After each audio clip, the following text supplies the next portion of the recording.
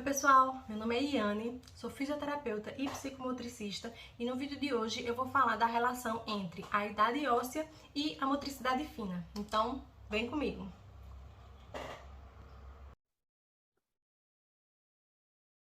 Então, vamos lá, pessoal.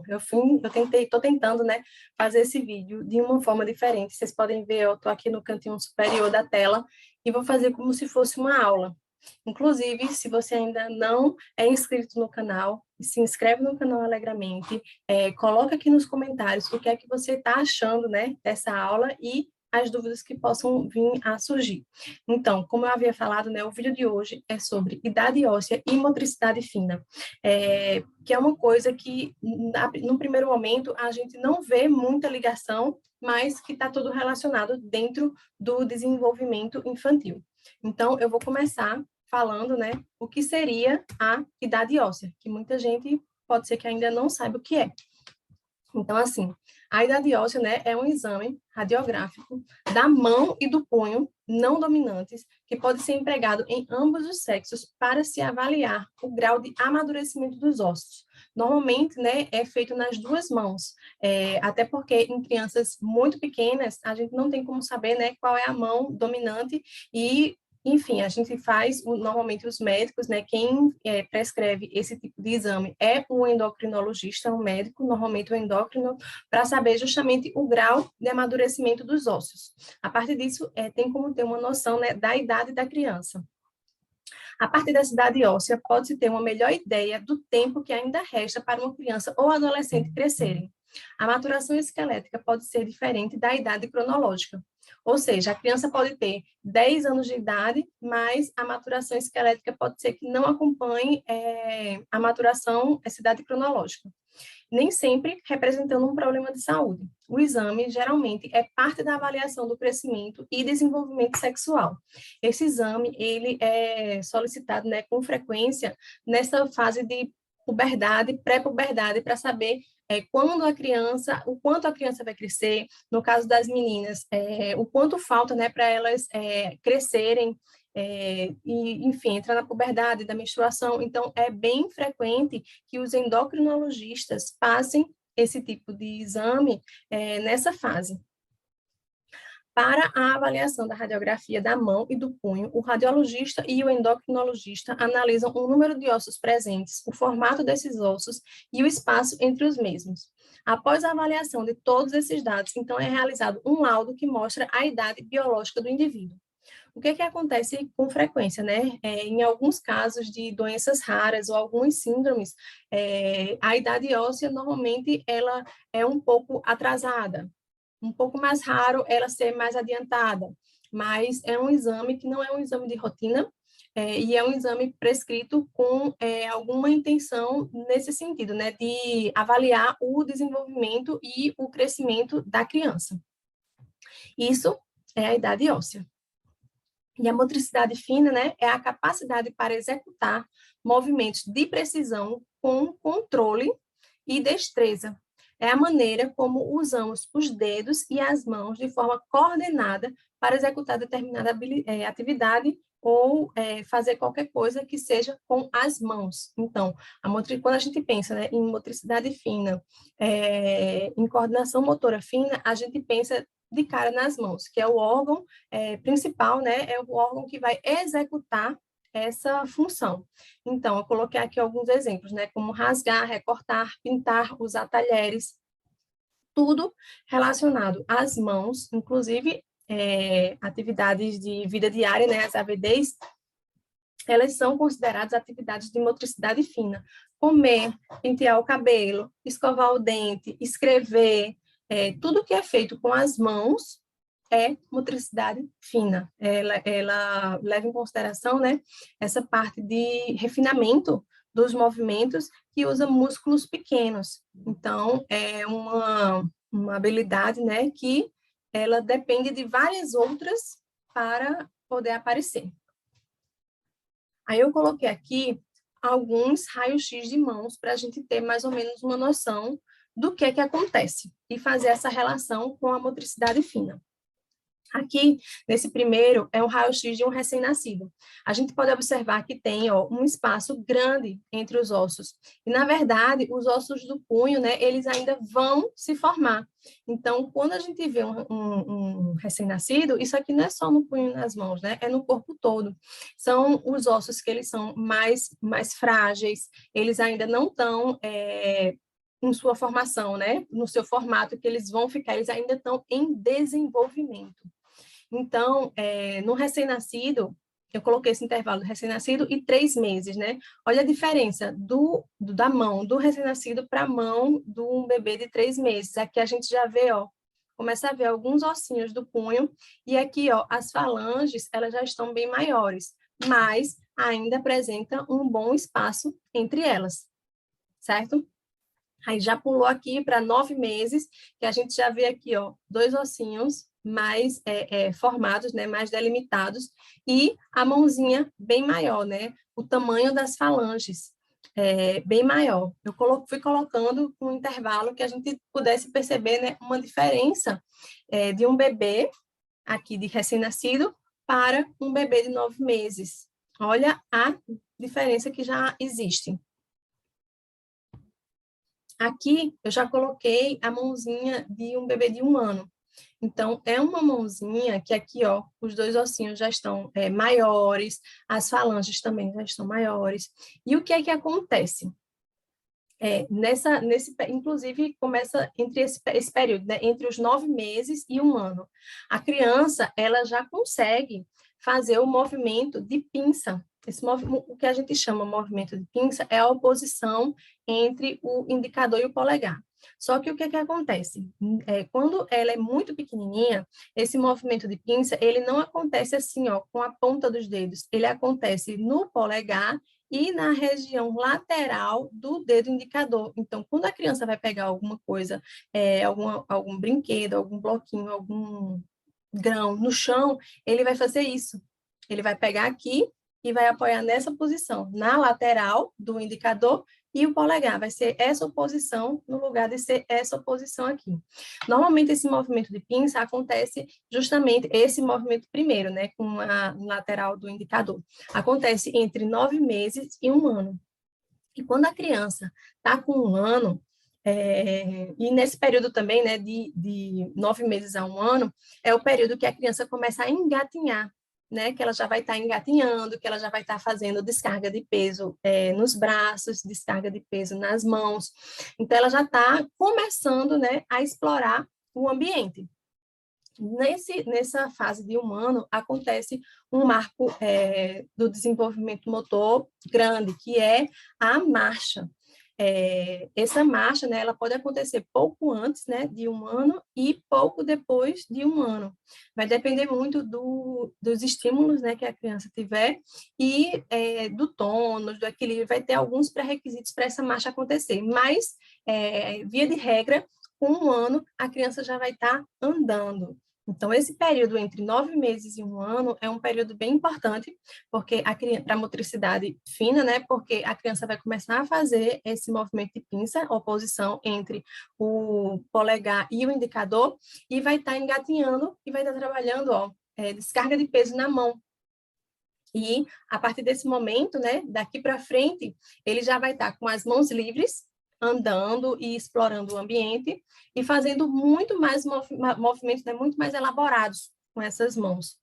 Então, nessa segunda radiografia aqui, a gente vê uma criança de 1 ano e meio, né, 1 ano e 6 meses. Então, a mãozinha, né, já está bem maior, e aqui, ó, já começa a aparecer outras estruturas que não existiam aqui. Então, essa mãozinha aqui de 1 ano e 6 meses, ela já começa a querer pegar nas coisas, ela já tem esse movimento, né, que quando é bebê tem esse reflexo, né, de colocar as coisas na mão e fechar. Aqui não, já é tudo mais intencional. A criança, ela já consegue apertar os botões, ela já consegue fazer encaixe em brinquedos, já consegue puxar, já consegue empurrar. É uma criança que já apresenta um repertório motor bem maior. E aqui, a mãozinha de uma criança de 2 anos, certo? Aqui, ó, Já está outras estruturas bem maiores, uma formação mais complexa do que essa de um ano e 6 meses. O que eu estou querendo mostrar aqui? Que a motricidade, que a criança, né, não começa a trabalhar a motricidade fina na pré-alfabetização. A criança, ela não começa a trabalhar essa mão, esses músculos da mão, essa força lá com 5 anos, com o lápis. Ela começa muito antes. A partir desse momento aqui, a gente já pode oferecer uma infinidade de brincadeiras, de atividades, que ela possa preparar essa mão para esse momento, né, mais para frente, que vai ser o lápis, que vai ser a escrita, certo? Então, a motricidade fina, a gente não começa a trabalhar ela lá na frente com 5, 6 anos, não, na alfabetização. Começa bem antes. Aqui um raio-x de uma mãozinha de 3 anos.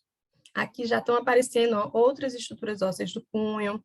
Aqui os ossinhos, ó, entre as falanges, já estão bem mais visíveis, né? A mãozinha da criança já é bem maior. Aí percebam, ó, uma mãozinha de 3 anos, aí, ó, passa para 4 anos. Aqui já apareceu mais 2 ossinhos, tá vendo? Só que uma mãozinha de 4 para 5 anos, a gente vê pouca diferença. Porque nesse momento aqui, de 4 anos, ela já está fazendo muita coisa. Uma criança de 4 anos, né, já é considerada na fase pré-escolar, ela já está mais familiarizada com esses movimentos, né, de rasgar, de cortar. É uma criança que já tem ou deveria ter uma boa coordenação bilateral. Então, tem pouca diferença nessas duas mãozinhas aqui. Com 5 anos, a criança ela já está escrevendo vogais, escrevendo o seu nome, já está realmente nessa fase de pré-alfabetização. Muitas crianças nessa idade já estão até alfabetizadas, né? Então, já é uma mãozinha que consegue fazer muita coisa. Eu coloquei aqui 6, 7 e 8 anos, por quê?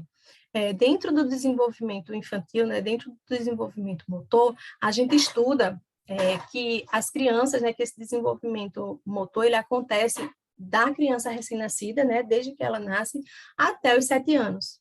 Então, até os 7 anos é para a criança já ter atingido todos os marcos motores. E, a partir daí, ele vai refinando o movimento. Então, uma criança que deve sustentar a cabeça, né, lá no bebezinho, rolar, alternar as pernas, pular com os 2 pés, é uma criança que já consegue empilhar, já consegue escrever. Então, os marcos motores que a gente estuda, né, dentro do desenvolvimento infantil, acontecem até os 7 anos, e a partir daí, só o refinamento. Então, percebam, né, que a diferença de 6, 7 e 8 anos é pequena, é mais aqui mesmo em punho, certo? Mas eu estou levando em consideração crianças com desenvolvimento normal. Crianças com atraso de desenvolvimento, crianças que apresentam hipotonia, crianças que demoraram mais a sentar, que demoraram mais a andar, vão ter atrasos, né, dentro do resto, né, dos outros marcos do desenvolvimento, porque os marcos, né, os atrasos, eles são acumulativos. Então, se a criança ela vai demorar a sentar, demorar a sustentar tronco, é uma criança que vai demorar a engatinhar, que vai demorar a ficar na posição bípede, que vai demorar a andar sozinho. Então, tudo que eu estou falando aqui em relação à idade cronológica é levando em consideração o desenvolvimento motor típico, né, esperado. O que nem sempre acontece com as crianças atípicas, né? Essa questão dos atrasos, né, hipotonia e atraso no desenvolvimento é bem comum em crianças atípicas, né? Não só autismo, né, qualquer tipo de atipicidade. Eu coloquei aqui 2 artigos que eu achei super interessantes, aqui é só a capa, mas o link desses artigos eu vou deixar na descrição do vídeo, e que é a diferença, né, de idade cronológica e idade motora, porque existe essa diferença, né? Muitas vezes a criança tem uma idade cronológica, ela tem uma idade cronológica de, sei lá, 10 anos, tem uma idade motora de uma criança de 7 anos e ainda tem a idade cognitiva, né? Que muitas vezes também é outra idade que a criança tem, em que eu não vou entrar nesse assunto agora. Mas são idades que a gente tem que observar e sempre levando em consideração o desenvolvimento normal, né? Os marcos, né? As datas, a idade que cada marco deve acontecer, para a gente saber o quanto essa criança ela está atrasada ou não. Então, aqui eu peguei esse primeiro artigo, que ele usa até a escala de desenvolvimento de Francisco Rosa Neto, que vai avaliar, né, aqueles elementos, todos os elementos psicomotores. E esse aqui, ó, a importância do estímulo ao desenvolvimento da coordenação motora global e fina, porque essa questão do estímulo é super importante. Crianças que ficam muito em cercadinho, crianças que ficam muito em bebê conforto, crianças que não exploram o ambiente, que não ficam no chão, ficam em ambientes acolchoados o tempo todo, são crianças que muitas vezes nem têm nenhuma tipicidade, não têm motivo para ter nenhum atraso no desenvolvimento motor, elas simplesmente não são expostas ao ambiente, não são estimuladas. E por isso acontece, né, atrasos. Então, eu achei esses 2 artigos bem interessantes para quem tiver interesse em se aprofundar um pouco mais. Eu vou deixar o link na descrição desse vídeo, certo? E se você está gostando desse vídeo, né, nesse formato, não esquece de dar seu like e deixar aí nos comentários para eu saber se esse formato está sendo bom ou não, certo? Então, aqui eu coloquei, né, a pirâmide, essa pirâmide de desenvolvimento motor, ela foi feita, né, foi estruturada por Vitor da Fonseca, que é uma referência, né, dentro da psicomotricidade, onde a gente tem aqui, ó, na base da pirâmide, o equilíbrio e o tônus. Esse aqui, né, são todos os elementos psicomotores, e aqui na base da pirâmide tem o equilíbrio e o tônus. Esses elementos aqui, esse desenvolvimento motor aqui, ele obedece uma hierarquia de desenvolvimento. Então, na base dele está o tônus de equilíbrio, logo em seguida está estrutura espaço-temporal, lateralização e noção corporal. Então, essas estruturas aqui, elas só vão ser bem desenvolvidas se essa daqui estiver sendo desenvolvida. E o que é que acontece quando a criança é hipotônica? Atraso em todos os outros elementos motores. Então, o tônus e o equilíbrio é uma coisa que a gente tem que dar sempre uma atenção, né? Quando a gente bota o olho na criança, a primeira coisa que a gente vai observar é o tônus e o equilíbrio, independente de qualquer coisa, até na educação infantil, né? As professoras da educação infantil, muitas vezes a criança não tem queixas, a família, a escola não tem queixas, mas a professora olha que ela tem uma certa hipotonia, que ela não consegue correr muito bem, que quando ela senta, ela não consegue se organizar na cadeira, que ela sente muito cansaço quando vai pintar alguma coisa, o braço, a mão ficam cansados. Então, são pequenas coisas que a gente pode observar na criança, na avaliação, durante o atendimento, ou até no dia a dia, com as atividades diárias, né, as atividades de casa, que a gente pode ver se a criança tem déficit ou não, e qual é o déficit, né, em cada elemento desse. E olha onde é que está a praxia fina aqui, que é a coordenação motora fina. Primeiro, a coordenação motora grossa, ela tem que estar, ó, em dia, para a coordenação motora fina surgir. Então, tônus, equilíbrio, estrutura espaço-temporal, lateralização, noção corporal, praxia global e lá em cima, ó, a praxia fina. Então, isso é uma pirâmide, né, feita por Vitor da Fonseca, e hoje a gente já sabe, né, que tem tudo a ver com neurociência, que isso aí tem tudo a ver com as unidades funcionais de Luria, e que sim, obedece uma hierarquia de desenvolvimento. Se você quer saber, né, um pouco mais sobre os elementos psicomotores, se você quer saber como estimular cada elemento psicomotor, quer saber mais, né, sobre tudo que eu falei por aqui, estamos, né, com nossa turma, as inscrições já estão abertas, né, do nosso curso online, Método DMF, que é o método, né, Desenvolvendo Motricidade Fina, onde eu falo, né, dos 7 passos para desenvolver a autonomia da criança. Então, esses 7 passos, na verdade, são 7 módulos que eu falo toda a base do desenvolvimento motor, desde a motricidade ampla, até a motricidade fina e escrita, né? E os pré-requisitos, né? Para a escrita e alfabetização. Até porque existem muitas habilidades motoras que são necessárias para escrever e para a criança se alfabetizar. E essas habilidades motoras, elas não se resumem à motricidade fina. A gente tem que começar aqui, ó, pela base da pirâmide, que é justamente o tônus e o equilíbrio. Eu vou deixar aqui também na descrição desse vídeo o link de inscrições, né, para o método DMF. Então, se você quer ser minha aluna, entra lá que eu vou responder todas as suas dúvidas da sua criança, né? Tanto faz se for pais ou profissionais da saúde ou profissionais da educação infantil. Esse curso é voltado para quem convive com crianças em desenvolvimento, certo? Então, o link vai estar aqui na descrição do vídeo. Então, comenta, curte, compartilha esse vídeo. Se você acha que tem informações relevantes, que algum amigo seu vai gostar, compartilha essas informações. Se inscreve no canal, se você ainda não foi inscrito, e ativa lá as notificações. Obrigada para quem assistiu até agora, e eu gostaria muito que vocês colocassem nos comentários, principalmente o que foi que vocês acharam, né, desse formato de vídeo, comigo aqui em cima na tela, mostrando os slides, como se fosse um formato de aula mesmo. E é isso, pessoal. Te vejo no próximo vídeo.